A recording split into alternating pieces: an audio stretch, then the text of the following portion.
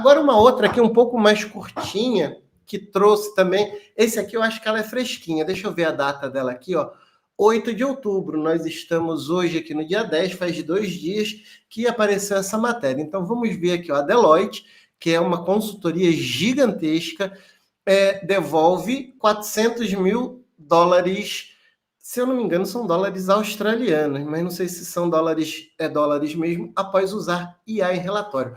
O caso expõe um erro que muitas empresas ainda vão cometer. IA sem filtro humano é um risco. Vamos dar uma olhada. É uma matéria do Bruno Lois.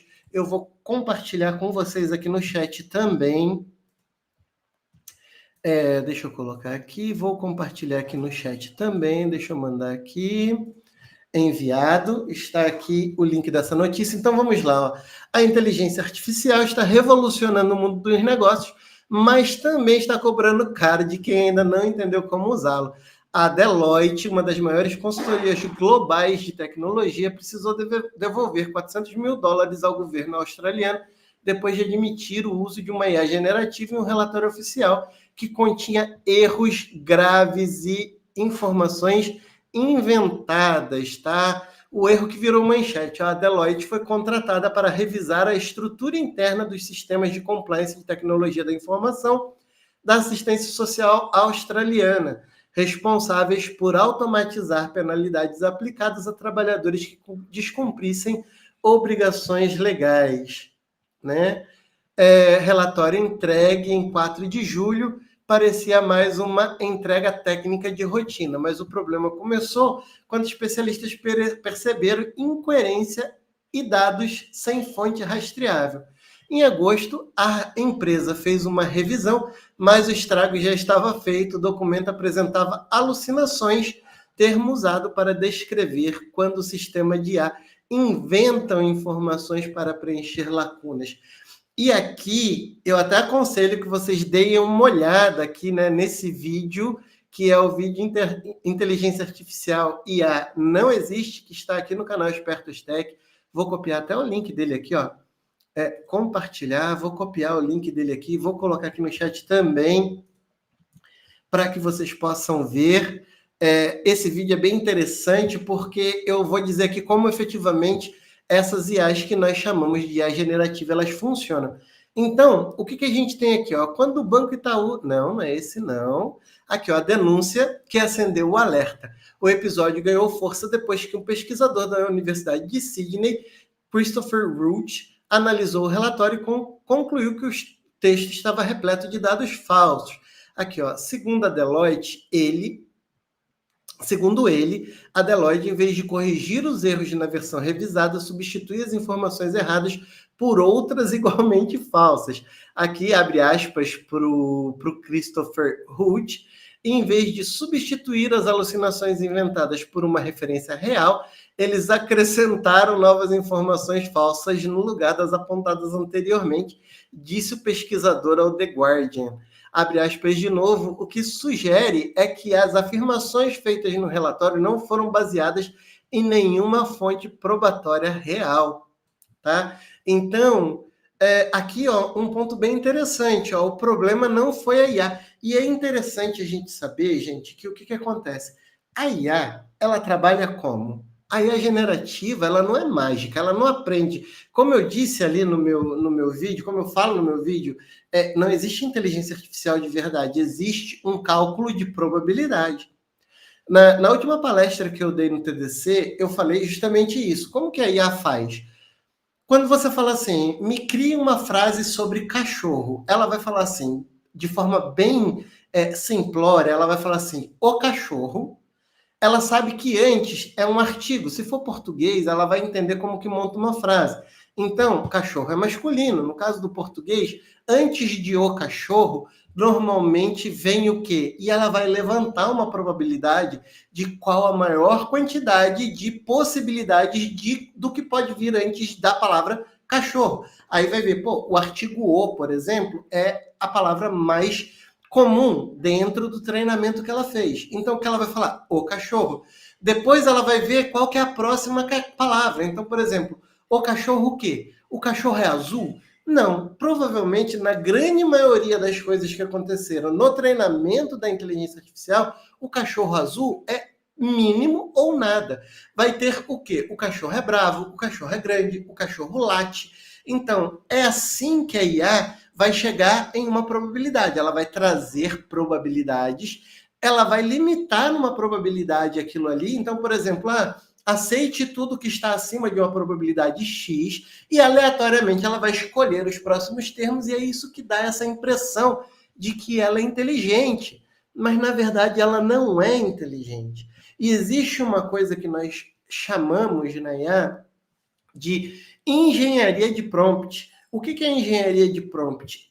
Você precisa limitar no seu texto aonde você quer que a IA vá. Se ela tem que ir na internet, se ela não tem que ir na internet, se ela tem que consultar algum documento que você colocou ali, pedir para que ela valide. Hoje, por exemplo, o chat GPT, quando você entra no chat GPT, eu vou abrir aqui uma aba do chat GPT, mas eu vou abrir aqui em um guest profile. Deixa eu colocar aqui, ó, GPT chat. Vamos abrir aqui o chat GPT, que é o mais famosinho, né? E vamos perguntar aqui alguma coisa para ele. Por exemplo, vou perguntar aqui, por exemplo, o que é engenharia de prompt, certo? O que é importante aqui, olha? Veja que como ele está trazendo aqui engenharia de prompt, veja que ele não pensou. O que significa pensar? Significa que ele não foi em algum lugar pensar. Agora, olha só, mais uma vez, ele trouxe aqui, e olha só, ele acabou de falar do cachorro. Ele diz aqui, em termos simples, é saber falar a língua da inteligência artificial para que ela entenda bem e entregue exatamente o que você quer. Então, se você quer que a inteligência artificial faça alguma coisa, você precisa dar instruções para ela. Você não pode acreditar em tudo que ela tem. E quando ela cria alguma coisa que a gente chama de alucinação, quando ela alucina, ela nunca vai deixar de preencher uma lacuna. E ela vai preencher uma lacuna com qualquer coisa. E se ela não conseguir achar essa informação, ela vai pôr qualquer coisa ali. Então, o que acontece? Essas alucinações você não pode levar para o cliente final, por exemplo, sem dar uma revisada, né, gente? Pelo amor de Deus. Então, precisa revisar. A IA não pode, você não pode entregar algo sozinho. Agora, quando eu venho aqui e troco, por exemplo, ó, search, eu vou clicar aqui, o que eu estou dizendo para ela? Eu estou dizendo, busque na internet. Agora, eu vou perguntar a mesma coisa de novo para o GPT, eu vou clicar no botãozinho search, e eu vou dizer aqui, ó, o que é engenharia de prompt, procure referências. Olha só que interessante. Vejam que provavelmente, olha o que apareceu aqui, ó. Searching for alguma coisa. Quer dizer, ele está procurando em algum lugar. E olha só que interessante. Quando eu peço para ele trazer referências, olha o que ele trouxe aqui, ó. 2 referências. E se eu clicar nessa referência, ela vai trazer essa referência para mim. Olha, existe um site. Está correta a informação? Não sei, mas eu preciso avaliar. Mas, teoricamente, sim. Aqui embaixo, mais um termo, ó, referências de novo. Aqui embaixo, novamente, as principais técnicas e abordagens. Referência mais uma vez. Então, vejam só que eu tenho aqui embasamento de referências e eu posso clicar nesses embasamentos. Não dá para eu largar, porque penso o seguinte, uma empresa como uma Deloitte não cobra barato. Uma empresa como uma Deloitte, uma Accenture, uma Cognizant, uma Capgemini ou qualquer outra dessas, uma IBM, por exemplo, elas cobram muito caro. Não dá para você entregar uma coisa que o cliente fala, cara, olha quanto que eu te paguei e olha o que você me entregou. Eu costumo dar um exemplo, pessoal, de uma televisão. Quando você compra uma televisão, você vai aceitar uma televisão com um botão quebrado, com a tela riscada, ou sem a capa de trás, só a parte da frente? Não vai. Então, o que nós entregamos, né, como profissionais, é um produto. Para a gente, é só aqui o nosso raciocínio, o nosso estudo, etc. Mas para o cara que está recebendo, para a empresa que está recebendo, para a pessoa que está recebendo, isso é um produto. E esse produto precisa estar bem cuidado, precisa estar bem embrulhado, ele precisa estar bem revisado. Senão, por que eu paguei? né? Então, vamos dar mais uma olhada aqui na matéria.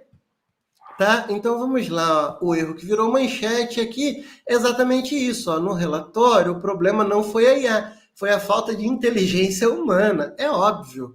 Né? Então a gente precisa entender a inteligência artificial que nós chamamos de inteligência artificial, na verdade é uma LLM, que putz, esqueci o que é LLM, mas a gente pesquisa aqui, ó, LLM, porque eu esqueci.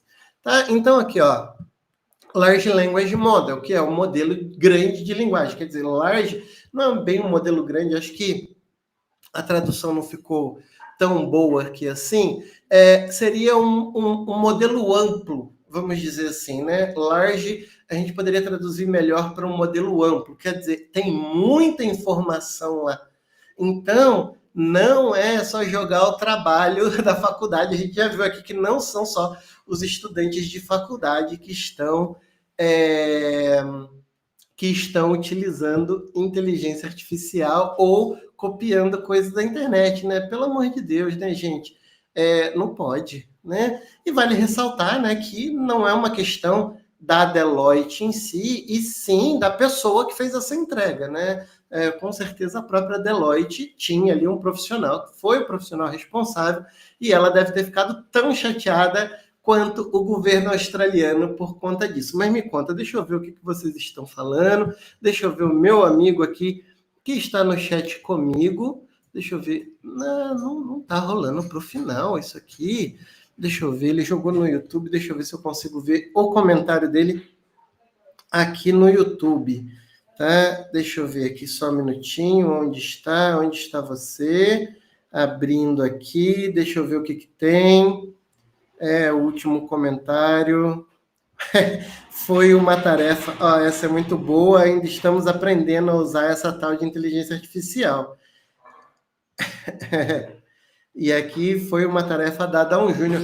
Olha, um bom júnior não faria isso, sabe? Um bom júnior, eu defendo o júnior, meu amigo, porque os júniores, eles estão ali, é mais fácil um sênior fazer uma bobagem do que um júnior, porque o júnior normalmente ele está ali bem preocupadinho em aprender e etc.